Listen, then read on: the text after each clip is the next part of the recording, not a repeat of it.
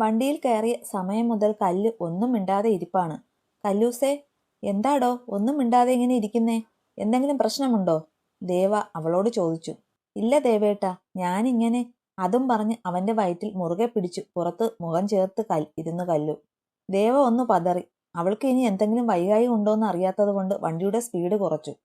College gate കടന്ന് ദേവയ്ക്കൊപ്പം ചേർന്നിരുന്നു വരുന്ന കല്ലുവിനെ കണ്ട് കുട്ടികളൊക്കെ അമ്പരപ്പോടെ നോക്കി.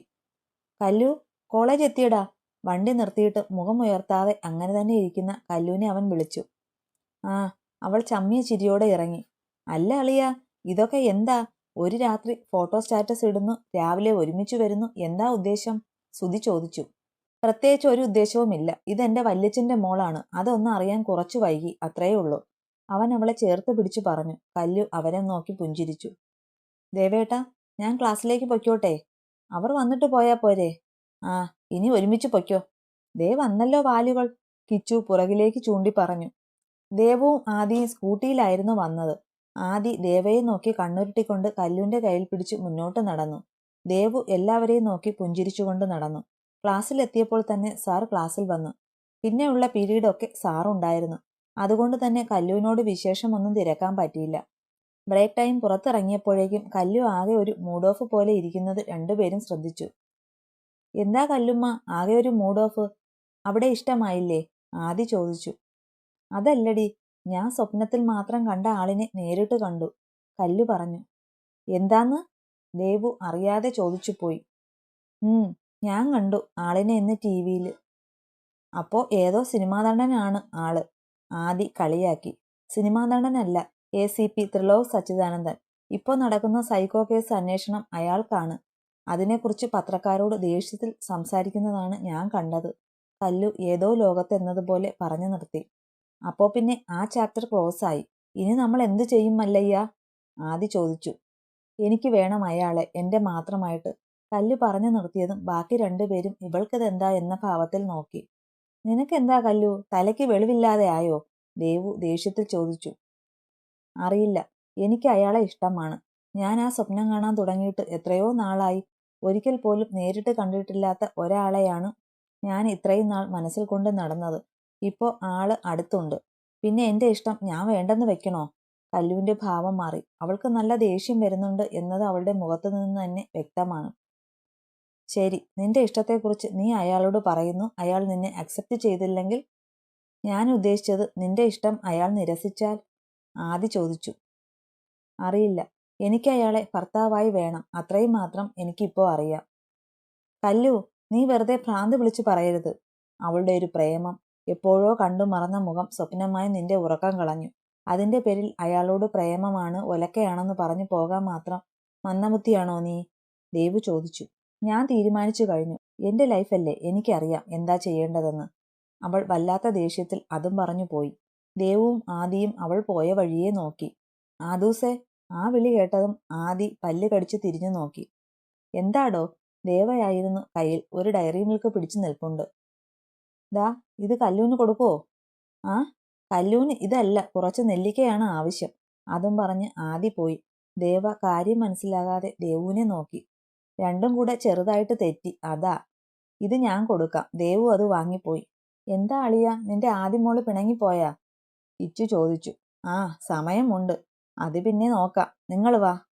അതും പറഞ്ഞ് ദേവനും സംഘവും നടന്നുപോയി. എന്തായി, റിപ്പോർട്ട് കിട്ടിയോ? ലല്ലു ചെയറിൽ നിന്ന് എണീറ്റ് ശ്രാവണിനോട് ചോദിച്ചു. കിട്ടി സാർ. മീനാക്ഷിയുടെ ബോഡിയിൽ ഉണ്ടായിരുന്ന സെയിം പാറ്റേൺ ആണ്. പക്ഷേ ഒരു പ്രശ്നം, മീനാക്ഷിയുടെ ദേഹത്ത് മുറിവുകളുടെ എണ്ണം 8 ആയിരുന്നു. അതും അങ്ങിങ്ങായി. ഇവിടെ 3ഉം ആഴത്തിലുള്ള മുറിവാണ്. പിന്നെ ഈ കുട്ടിയുടെ ഇന്റേണൽ ഓർഗൻസ് ഒക്കെ ഫുള്ളി ഡാമേജ് ആണ്. പിന്നെ ബോഡിയിൽ ഒരു ഫിംഗർ പ്രിന്റ് ഉണ്ട്. ബോഡിയിൽ ഒരു ബ്ലഡ് സാമ്പിൾ ഉണ്ട്. പിന്നെ ഫിംഗർ പ്രിന്റും ആ ബ്ലഡ് ഗ്രൂപ്പും തമ്മിൽ മാച്ചാണ്. ലല്ലു എല്ലാം ശ്രദ്ധയോടെ കേട്ടു. സാർ, ഈ ബോഡിയിൽ സ്ലീപ്പിംഗ് മെഡിസിന്റെ സാന്നിധ്യമുണ്ട്. മരിച്ച് 2 മണിക്കൂർ കഴിഞ്ഞാണ് ബോഡി ഡിസ്പോസ് ചെയ്തിട്ടുള്ളത്. ശ്രാവൺ പറഞ്ഞു കഴിഞ്ഞ് ലല്ലുവിനെ നോക്കി. ഈ കേസ് 15 ദിവസത്തിനുള്ളിൽ ക്ലോസ് ചെയ്യണം. അതാണ് എനിക്ക് കിട്ടിയ ഓർഡർ. എനിക്ക് എന്ത് ഫോഴ്സ് വേണമെങ്കിലും ഉപയോഗിക്കാം, ലല്ലു ആലോചനയോടെ പറഞ്ഞു. സാർ, ഈ ഫിംഗർ പ്രിന്റ് ബ്ലഡ് സാമ്പിൾ വച്ച് ഒരു അന്വേഷണം നടത്തിയാലോ? ആരെ? എങ്ങനെ? പഴയ സൈക്കോ കേസിൽപ്പെട്ടവരുടെ ലിസ്റ്റ് എടുത്ത് അതുമായി ക്രോസ് ചെക്ക് ചെയ്ത് നോക്ക്. പക്ഷേ ഒന്നുപോലും മാച്ച് ആകില്ല, അതെനിക്ക് ഉറപ്പാണ്. ലല്ലു ക്ലിയറായി പറഞ്ഞു. പിന്നെ എങ്ങനെ അവനിലേക്ക് എത്തും? നമുക്ക് ഒരു സ്ഥലം വരെ പോണം, താൻ വാ. ലല്ലുവും ശ്രാവണും കൂടെ ഒരുമിച്ചിറങ്ങി. നേരെ പോയത് മീനാക്ഷിയുടെ ബോഡി കിട്ടിയ സ്ഥലത്തായിരുന്നു. സാർ ഇവിടെ? ശ്രാവൺ സംശയത്തിൽ ചോദിച്ചു. ആവശ്യമുണ്ട്. താൻ ഈ സ്ഥലം മൊത്തം ഒന്ന് അരിച്ചു പറക്കിക്കോ. ഒരിക്കൽ അന്വേഷണം നടത്തി കിട്ടിയില്ല എന്ന് കരുതി ദുഃഖിക്കേണ്ട. വീണ്ടും വീണ്ടും നോക്കണം. അവനെ പിടിക്കേണ്ടത് ഇപ്പോൾ നമ്മുടെ ആവശ്യമാണ്. ലല്ലു പറഞ്ഞത് കേട്ട് അവൻ അവിടെ മുഴുവൻ അരിച്ചു പെറുക്കി. പ്രത്യേകിച്ചൊന്നും കിട്ടിയില്ല. പക്ഷേ അവിടെയും ചുവരിൽ പറ്റിപ്പിടിച്ച് കിടന്ന ചോരക്കറ കണ്ടു. സാർ! ലല്ലു വിളികേട്ട് തിരിഞ്ഞു നോക്കി. എന്താടോ? ദേ ഇവിടെ ബ്ലഡ്. ഇതന്ന് നിങ്ങൾ വന്നപ്പോൾ കണ്ടില്ലേ? ലല്ലു സംശയത്തിൽ ചോദിച്ചു. ഇല്ല സാർ, അന്ന് ഞങ്ങൾ ഇങ്ങനെ ഒരുപാട് കണ്ടില്ല. ദേ കിടക്കുന്ന സിഗരറ്റ് പാക്കറ്റ്, സിറിഞ്ച് പാക്കറ്റ്, ഈ മെഡിസിൻ, ഇത് ഇത്രയും നിങ്ങൾ കണ്ടോ? ലല്ലു അവൻ്റെ കയ്യിലുണ്ടായിരുന്ന സാധനങ്ങൾ ശ്രാവണിന് മുന്നിലേക്ക് നീട്ടി ചോദിച്ചു. നോ സാർ, ഇതൊക്കെ അതിനുശേഷം വന്നതാണ്. അവൻ നമ്മളെ നിരീക്ഷിച്ചു നമുക്കൊപ്പം, അല്ലെങ്കിൽ നമ്മുടെ ശ്രദ്ധ തിരിക്കാൻ ശ്രമിച്ചുകൊണ്ട് തൊട്ടു പിറകിലുണ്ട്. ലല്ലു ചുറ്റും കണ്ണോടിച്ചുകൊണ്ട് പറഞ്ഞു. അപ്പോഴാണ് കുറച്ച് ദൂരെയായി റൊട്ടേറ്റ് ചെയ്ത് ഇടയ്ക്ക് അവർ നിൽക്കുന്ന ഭാഗത്തേക്ക് ഫോക്കസ് ചെയ്യുന്ന CCTV കണ്ടത്. സാർ, ഇനി അവൻ സ്ഥിരം ഉപയോഗിക്കുന്ന സ്ഥലം ഇതാകുമോ? നോ, അതിനവൻ ഇത്രയും ഓപ്പണായ ഒരു സ്ഥലം എടുക്കില്ല. അവൻ കാര്യം നടത്തിക്കഴിഞ്ഞു മണിക്കൂറുകൾക്കുള്ളിൽ തന്നെ അത് നമ്മളറിയും. അങ്ങനെ ഒരു സ്ഥലം നോക്കി ഡിസ്പോസ് ചെയ്യുന്നു, അതും പകൽ. അത്രയും അവൻ ചെയ്യണമെങ്കിൽ അവൻ സാധാരണക്കാരനല്ല. അവൻ്റെ പൊസിഷൻ അത്രയും സ്ട്രോങ് ആണ്. ശ്രാവൺ, ആ CCTVയിലെ ഫൂട്ടേജ് മീനാക്ഷി മരിക്കുന്നതിന് 2 ദിവസം മുമ്പുള്ളതും അതിനുശേഷം ഇന്ന് വരെ ഉള്ളതും വേണം. ലല്ലു റോഡിൻ്റെ മറു സൈഡിലുള്ള ഒരു വീട് ചൂണ്ടി പറഞ്ഞു. Yes sir. ശ്രാവൺ അത് നോക്കി അങ്ങോട്ട് പോയപ്പോൾ ലല്ലു വീണ്ടും അവിടെ മുഴുവൻ നോക്കി. പ്രത്യേകിച്ചൊന്നും കിട്ടിയില്ല. അപ്പോഴാണ് അവൻ്റെ കണ്ണിൽ ഒരു ലോക്കറ്റ് പെട്ടത്. ലല്ലു അതെടുത്ത് നോക്കി. കുറച്ച് വില കൂടിയ ഐറ്റമാണ് അത്. അതൊരിക്കലും വയസ്സായ ഒരാൾ ധരിക്കുന്നതല്ല എന്ന് ഒറ്റ നോട്ടത്തിൽ വ്യക്തമായി. ലല്ലു കിട്ടിയ തെളിവുകളൊക്കെ എടുത്തു ഒരു വെള്ള തൂവാലയിൽ പൊതിഞ്ഞു. അപ്പോഴേക്കും ശ്രാവൺ വന്നു. സാർ, അവിടെ ആരുമില്ല, ശ്രാവൺ പറഞ്ഞു. ആരുടെയാ ആ വീട്? ലല്ലു അങ്ങോട്ട് നോക്കി ചോദിച്ചു. സാർ, അത് നമ്മുടെ ദത്തൻ സാറിൻ്റെ വീടാണ്. ആള് മാത്രമാണ് താമസം അവിടെ. പിന്നെ ഇടയ്ക്ക് ഫ്രണ്ട്സ് വന്നു പോകുമെന്ന് ആ കടയിൽ ചോദിച്ചപ്പോൾ പറഞ്ഞു. ശ്രാവൺ പറഞ്ഞു നിർത്തി. ലല്ലു അവനെ സംശയത്തിലൊന്ന് നോക്കി. അല്ല, ആരാ ഈ ദത്തൻ സാർ? നമ്മുടെ DGP റാം സാറിൻ്റെ രണ്ടാമത്തെ മോൻ, ഹൃത്തിക് ദത്ത്. ഡോ, നമുക്ക് മേലെയുള്ളവനെയൊക്കെ ബഹുമാനിക്കാമെന്ന് വെച്ച് അവൻ്റെയൊക്കെ വീട്ടിലുള്ളവരെ ബഹുമാനിക്കേണ്ട ആവശ്യമില്ല, ലല്ലു കുറച്ചു കടുപ്പിച്ചു പറഞ്ഞു. സോ സോറി സാർ, അവൻ തലകുനിച്ചു പറഞ്ഞു. ദാ ഇത്രയും ലാബിൽ വയ്ക്കണം. എന്നിട്ട് വിഷ്ണുവിനോട് എന്നെ വിളിക്കാൻ പറയും. നമ്മൾ രണ്ടുമല്ലാതെ മറ്റാരും ഇപ്പോൾ കൊടുക്കുന്ന ഈ തെളിവുകളുടെ കാര്യം അറിയരുത്, ലല്ലു പറഞ്ഞു. ഇല്ല സാർ. പിന്നെ താൻ ഇന്ന് രാത്രി എനിക്ക് വേണ്ടി ഒന്ന് കള്ളനാകണം. ഒറ്റയ്ക്ക് വേണ്ട, ഞാനും കൂടാം, ലല്ലു വണ്ടിയിലേക്ക് കയറിയിരുന്നപ്പോൾ പറഞ്ഞു. സാർ, ശ്രാവൺ അറിയാതെ വിളിച്ചുപോയി. ലല്ലു പുഞ്ചിരിയോടെ കണ്ണിറുക്കി കാണിച്ചു. നീ വിരിക്കുന്ന വലയിൽ വീഴാൻ ഞാനൊരു മണ്ടനല്ല. ACP ത്രിലോക് സച്ചിദാനന്ദൻ അവരുടെ വണ്ടി പോയപ്പോൾ അവരെ നോക്കി പുച്ഛത്തോടെ പറഞ്ഞു. കല്ലു കോളേജിൽ നിന്ന് തിരിച്ചു വീട്ടിലെത്തുന്നത് വരെ ആകെ ദേഷ്യത്തിലും സങ്കടത്തിലും എന്തോ വല്ലാത്ത അവസ്ഥയിലായിരുന്നു. എല്ലാവരും കൂടെ ഓരോന്ന് പറഞ്ഞു ചായയൊക്കെ കുടിച്ചിരിക്കുമ്പോഴാണ് അച്ചാച്ചൻ സച്ചി വന്ന വിവരം പറഞ്ഞത്. ആഹാ, അങ്ങേര് വന്നോ? മരുമോളെ കൊന്നതിന് ശേഷം ഇപ്പോഴല്ലേ ഇങ്ങോട്ട് വരുന്നത്? ഗായത്രി പുച്ഛത്തിൽ ചോദിച്ചു. ഗായു, അമ്മ ശാസനയോടെ വിളിച്ചു. അമ്മ ചേച്ചിയെ പേടിപ്പിക്കേണ്ട, അവൾ പറഞ്ഞത് ശരിയല്ലേ? അങ്ങേര് കാണിച്ചത് പിന്നെ പുറത്ത് ആർക്കും അറിയില്ലെങ്കിലും ഇവിടെ ഉള്ളവർക്ക് അറിയാം. ജാനകി എന്താ എന്ന ഭാവത്തിൽ സുലുവിനെ നോക്കി. ചേട്ടത്തി, അത് നമ്മുടെ ലല്ലുമോൻ്റെ ഭാര്യ ആത്മഹത്യ ചെയ്തതാ. അന്ന് സച്ചിയേട്ടൻ ഓഫീസിൽ വെച്ച് ആ മോള് കാരണം കുറച്ചധികം രൂപയുടെ നഷ്ടം വന്നു. അതിൻ്റെ പേരിൽ വഴക്കു പറഞ്ഞു. അതിൻ്റെ പേരിലായിരുന്നു ആത്മഹത്യ ചെയ്തത്. ഓ വല്യമ്മേ, ആ ചേച്ചി പ്രഗ്നൻ്റ് ആയിരുന്നു. അതുപോലും ഓർക്കാതെയാണ് അയാൾ എന്തൊക്കെയോ വിളിച്ചു പറഞ്ഞത്. തനി ചേച്ചി പാവമായിരുന്നു. ഇവിടെ വന്നിട്ടുണ്ടായിരുന്നു വിരുന്നിന്. അന്ന് ലല്ലുചേട്ടൻ എന്തു പാവമായിരുന്നു. ഇപ്പോൾ തനി രാക്ഷസനാണ്. അയാൾ 5-6 കോടി രൂപ നഷ്ടം വന്നു എന്ന് പറഞ്ഞാണ് ചേച്ചിയെ കുറ്റപ്പെടുത്തിയത്. പക്ഷേ ഇന്ന് നഷ്ടം അങ്ങേർക്ക് തന്നെയാണ്. ലല്ലുചേട്ടൻ ഇതുവരെ അച്ഛനോട് ക്ഷമിച്ചിട്ടില്ല എന്നാണ് പറയുന്നത്. അവർ അത്രയ്ക്ക് സ്നേഹത്തോടെയും സന്തോഷത്തോടെയും കഴിഞ്ഞതായിരുന്നു. അതാണ് ഒറ്റ നിമിഷം കൊണ്ട്. ഗായു അതും പറഞ്ഞ് ദേഷ്യത്തിൽ എണീറ്റുപോയി. കല്ലു എല്ലാവരെയും നോക്കിയിട്ട് ഗായുവിൻ്റെ പിന്നാലെ പോയി. അവൾക്ക് തനിമോളെ ഭയങ്കര ഇഷ്ടമായിരുന്നു. അവൾക്ക് മാത്രമല്ല, ഇവിടെ എല്ലാവർക്കും. നല്ലൊരു കൊച്ചായിരുന്നു, അച്ചമ്മ ജാനകിയെ നോക്കി പറഞ്ഞു. ഗായത്രി ഫോണിൽ എന്തോ നോക്കി ബാൽക്കണിയിൽ ഇരുന്നപ്പോഴാണ് കല്ലു അവളുടെ അടുത്തെത്തിയത്. പിന്നാലെ വന്നു നേരെ മുറിയിലാണ് പോയി നോക്കിയത്. അവിടെ കാണാതെ നോക്കി വന്നപ്പോഴാണ് ഗായു ഇവിടെ നിൽക്കുന്നത് കല്ലു കണ്ടത്. ചേച്ചി! കല്ലു വിളിച്ചതും ഗായത്രി തിരിഞ്ഞു നോക്കി. അവളുടെ കണ്ണ് നിറഞ്ഞിട്ടുണ്ടായിരുന്നു. ചേച്ചിക്ക് ആ ചേച്ചിയെ വലിയ ഇഷ്ടമായിരുന്നു അല്ലേ? കല്ലു അവളുടെ തോളിൽ കൈവച്ച് ചോദിച്ചു. എനിക്ക് മാത്രമല്ല കല്ലു, എല്ലാവർക്കും ആ ചേച്ചിയെ ഇഷ്ടാവും. അത്രയ്ക്ക് നല്ല സ്വഭാവം, കാണാനും സുന്ദരിയായിരുന്നു. അവരുടേത് ലവ് മാരേജ് ആണെന്നായിരുന്നു ഞങ്ങളൊക്കെ വിചാരിച്ചത്. അത്രയ്ക്ക് സ്നേഹമായിരുന്നു. പക്ഷേ പിന്നെയാണ് അറിഞ്ഞത് ഈ സച്ചി അങ്കിളാണ് ലല്ലുചേട്ടന് വേണ്ടി ആലോചിച്ചത് എന്ന്. കല്ലു എല്ലാം കേട്ടു നിന്നു. ദേ ഇതാണ് ചേച്ചിയും ചേട്ടനും ഇവിടെ വിരുന്ന് വന്നപ്പോൾ എല്ലാവരും കൂടെ ഒരുമിച്ചെടുത്ത പിക്കാണിത്. അതും പറഞ്ഞ് തനുവിനെ നെഞ്ചോട് ചേർത്ത് പിടിച്ച് എല്ലാവർക്കും നിറഞ്ഞ ചിരിയോടെ നിൽക്കുന്ന ലല്ലുവിനെ കണ്ട് കല്ലുവിന് ആകെ ഒരു അസ്വസ്ഥത നിറഞ്ഞു. ഇത് ACP ത്രിലോക് സച്ചിദാനന്ദൻ ഇപ്പോൾ ഇവിടുത്തെ സ്റ്റേഷനിലുണ്ട്. അപ്പോഴേക്കും ഗായത്രിക്ക് ഒരു കോൾ വന്നു. അവൾ അതെടുത്ത് സംസാരിക്കാൻ തുടങ്ങി. കല്ലു കലങ്ങി മറിയുന്ന മനസ്സുമായി മുറിയിലേക്ക് പോയി. ശ്രാവൺ ലല്ലുവിൻ്റെ വിളിയും കാത്ത് ഫോണും പിടിച്ച് ബൈക്കിലിരിപ്പാണ്. ശ്രാവൺ സാർ, സോറിയിടോ, ആ പ്ലാൻ ക്യാൻസലായി. താൻ എത്രയും പെട്ടെന്ന് എൻ്റെ ക്വാർട്ടേഴ്സിലേക്ക് എത്തണം. വരുമ്പോൾ ഇതുവരെയുള്ള കേസിൻ്റെ റിപ്പോർട്ട് ഒന്നും വിടാതെ എല്ലാം അടങ്ങിയ ഫയൽ കൂടെ എടുത്തു വയ്ക്കും. Okay sir. ശ്രാവൺ കട്ടാക്കി നേരെ ഓഫീസിലേക്ക് പോയി. കാരണം നോർമൽ ഡ്രസ്സിൽ ലല്ലു വിളിക്കുന്ന സ്ഥലത്ത് പോകാൻ പറഞ്ഞതുകൊണ്ട് കേസ് ഡീറ്റെയിൽസ് ഒന്നും എടുത്തിട്ടില്ലായിരുന്നു. അരമണിക്കൂർ കഴിഞ്ഞപ്പോൾ ശ്രാവൺ ലല്ലുവിൻ്റെ ക്വാർട്ടേഴ്സിലെത്തി. ലല്ലുവിനെ സല്യൂട്ട് ചെയ്ത് അകത്തേക്ക് കയറി. ആ ഡോർ ക്ലോസ് ചെയ്തേക്ക്, ലല്ലു പറഞ്ഞു. എന്നിട്ട് ലാപ്പ് ഓണാക്കി. എന്താ സാർ എന്നോട് ഇങ്ങോട്ട് വരാൻ പറഞ്ഞത്?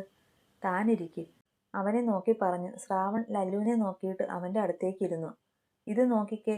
ലല്ലു ലാപ്പിലെ ഒരു ദൃശ്യം അവനെ കാണിച്ചു. സാർ ഇത്? ശ്രാവൺ ചോദിച്ചു. ഇത് നമ്മൾ അവിടെ പോയത് മുതലുള്ള ദൃശ്യങ്ങൾ. ഇതിനു മുന്നേ ഉള്ളതോ ശേഷമുള്ളതോ ഇല്ല. അതെവിടെ പോയി? ലല്ലു സംസാരിച്ചുകൊണ്ട് നിൽക്കെ ഫോണിലേക്ക് കോൾ വന്നു. ആ പറയടോ, എന്തായി? ലല്ലു ഫോൺ സ്പീക്കറിലിട്ടു. സാർ നേരത്തെ കൊണ്ടുവന്നതില്ലേ ഫിംഗർ പ്രിൻറ്റ്? SI രാവിലെ കൊണ്ടുവന്നതിലെ ഫിംഗർ പ്രിൻറ്റും പെർഫെക്റ്റ് മാച്ചാണ്. ഓക്കെ, താങ്ക് യു ഡോ. റിസൾട്ട് എടുത്ത് വെച്ചേക്കൂ. രാവിലെ ഞാൻ വന്ന് വാങ്ങിയേക്കാം. Okay sir. ലല്ലു ശ്രാവണിനെ നോക്കി. അവൻ ലല്ലുവിനെ നോക്കി ഇരിപ്പാണ്. ഒന്നും മനസ്സിലായില്ല അല്ലേ? ലല്ലു ചിരിയോടെ ചോദിച്ചു. ഓക്കെ, ഞാൻ പറഞ്ഞു തരാം. ആദ്യം ഒരു ചെറിയ കഥ പറഞ്ഞു തരാം. കുറച്ചു പഴയ കഥയാണ്. ലല്ലു കോഫി ഗ്ലാസ്സിലേക്ക് പകർന്നുകൊണ്ട് പറഞ്ഞു. സുന്ദരിയായ ഒരു പെൺകുട്ടി. അവളുടെ സൗന്ദര്യത്തിൽ മയങ്ങി വീഴാത്ത ആരുമില്ല. അവളുടെ സൗന്ദര്യം കൂട്ടിയത് അവളുടെ ഒരു മറുകായിരുന്നു. കഴുത്തിൻ്റെ സൈഡിൽ തെളിഞ്ഞു കാണുന്ന ഇച്ചിരി വലിപ്പത്തിലുള്ള ഒരു മറുക്.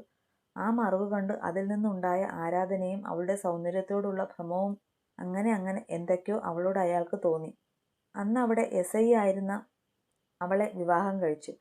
വിവാഹം കഴിഞ്ഞു അധികം വൈകാതെ സുന്ദരനായ ഒരു ആൺകുഞ്ഞ് ജനിച്ചു. കുഞ്ഞ് ജനിച്ചതോടെ അവളുടെ സൗന്ദര്യം കുറഞ്ഞു വന്നു. അവളുടെ സൗന്ദര്യത്തിൽ മയങ്ങി വിവാഹം കഴിച്ച ഭർത്താവ് അവളെ ഉപദ്രവിക്കാൻ തുടങ്ങി. എന്നിട്ടും മകന് വേണ്ടി എല്ലാം സഹിച്ചു. അവൾ ജീവിച്ചു. ഒടുവിൽ ആ മകൻ്റെ മുന്നിൽ വച്ച് സ്വന്തം അമ്മയുടെ ജീവൻ എടുത്തു ആ അച്ഛൻ. അതും അവളിൽ അയാൾ ഏറ്റവും ഇഷ്ടപ്പെട്ട ആ മറുകിൽ ഒരു ബുള്ളറ്റ് ആഴ്ത്തി. ആ കുഞ്ഞു മനസ്സിൽ ആ കാഴ്ച ഒരു ഷോക്കായിരുന്നു. ലല്ലു ഒന്ന് നിർത്തി. എന്നിട്ട് ഫോണിൽ നിന്ന് ഒരു ഫോട്ടോ എടുത്ത് അവനെ കാണിച്ചു. ഇതാണ് നമ്മൾ തിരയുന്ന സൈക്കോ കില്ലർ. ശ്രാവൺ ഫോട്ടോ കണ്ട് ചാടി എണീറ്റു. സാർ ഇത്? ശ്രാവൺ ലല്ലുവിനെ നോക്കി. ഇത് ആരാണ് എന്ന് തനിക്കും എനിക്കും നന്നായി അറിയാം. അല്ല സാർ, ഇവനാണ് പ്രതിയെന്ന് തെളിയിക്കാൻ നമ്മുടെ കയ്യിൽ തെളിവുകൾ ഉണ്ട്. ഒന്ന് അവൻ തന്നെ അറിഞ്ഞോ അറിയാതെയോ ബാക്കി വെച്ച കുറച്ച് ഫിംഗർ പ്രിൻറ്റ്സ്. പിന്നെ ഇത് ഞാൻ അവൻ്റെ വീട്ടിൽ നിന്ന് അവനെ അറിയാതെ എടുത്തതാണ്. ഒരു മെഡിസിൻ്റെ ബോട്ടിൽ കാണിച്ചു ലല്ലു പറഞ്ഞു. സാർ, ഇതൊക്കെ ഉണ്ടെങ്കിലും അവൻ കുറഞ്ഞ ആളല്ല, സമൂഹത്തിൽ ഉയർന്ന നിലയിൽ ജീവിക്കുന്നവൻ. അങ്ങനെയുള്ളപ്പോൾ ഇതെങ്ങനെ നമ്മൾ അവൻ ഉപയോഗിച്ചതാണെന്ന് തെളിയിക്കും? പിന്നെ ഒരു കാര്യം, അവൻ ഈ കേസ് നമ്മുടെ തലയിൽ തിരിച്ചു വയ്ക്കും. അവനില്ലാത്ത സമയം നമ്മൾ അവൻ്റെ വീട്ടിൽ കയറി മോഷണം നടത്തി എന്ന് പറഞ്ഞു. ശ്രാവൺ പറഞ്ഞു. ലല്ലു ഒന്ന് ചിരിച്ചു. തനിക്ക് എന്നെ കണ്ടിട്ട് മണ്ടനാണെന്ന് തോന്നുന്നുണ്ടോ? ഡോ, നമ്മൾ എന്തൊക്കെ തെളിവുകൾ നിരത്തിയാലും അവൻ അവൻ്റെ സ്വാധീനം ഉപയോഗിച്ച് കേസ് നിസ്സാരം പോലെ ഊരി വരും. അവനെ പൂട്ടണമെങ്കിൽ വാക്കുകൾ കൊണ്ട് പറയുന്നതോ അല്ലെങ്കിൽ നമ്മൾ എഴുതി തയ്യാറാക്കുന്നതോ അല്ല, നേരിട്ട് ഒരാൾ മൊഴി പറയണം. ലല്ലു പറഞ്ഞു നിർത്തി. സാർ എന്താ ഉദ്ദേശിക്കുന്നത്?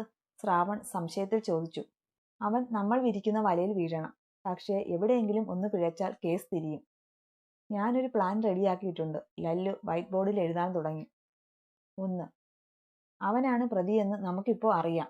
അവൻ നമ്മുടെ വലയിൽ വീഴും വരെ മറ്റൊരാൾ ഇത് അറിയരുത്. 2. അവനെ നമ്മൾ കണ്ടുപിടിച്ചതും ഇപ്പോൾ നമ്മൾ അവൻ്റെ പിന്നാലെയാണെന്നും അവന് ഒരു സംശയം പോലും തോന്നരുത്. 3.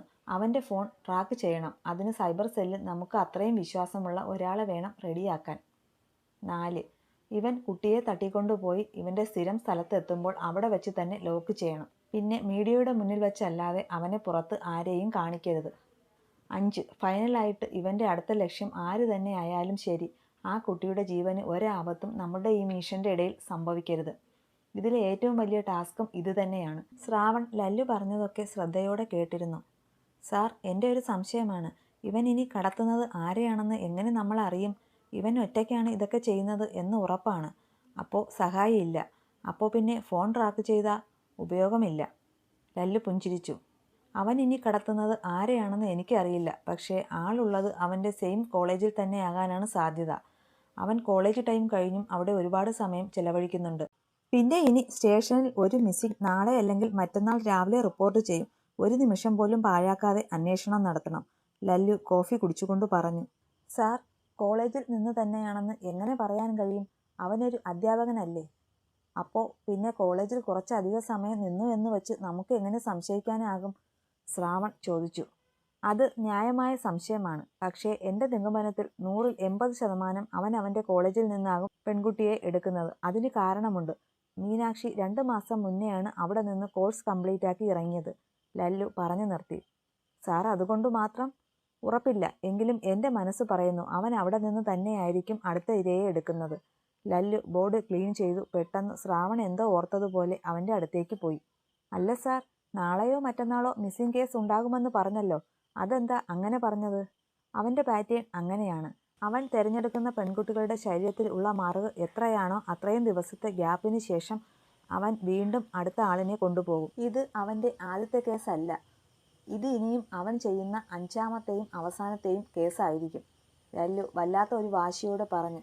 ഓക്കെ സാർ, ഈ മിഷൻ നമ്മൾ ജയിക്കും. എന്നിട്ട് വേണം ആ റാം സുന്ദർ സാറിനെ ഒന്ന് കാണാൻ. ശ്രാവൺ ചിരിയോടെ പറഞ്ഞു. അപ്പോൾ നമ്മുടെ മിഷൻ ജിതൻ ഇന്ന് തന്നെ തുടങ്ങുക. ലല്ലു ചിരിയോടെ പറഞ്ഞു. പിന്നെ കുറച്ച് സമയം അവർ വെറുതെ സംസാരിച്ചിരുന്നിട്ട് ശ്രാവൺ ഇറങ്ങി. ലല്ലു പിന്നെ ത്രിമൂർത്തികളെ വിളിച്ച് കുറച്ച് സമയം സംസാരിച്ചു. അങ്ങനെ കിടന്ന് ഉറങ്ങി.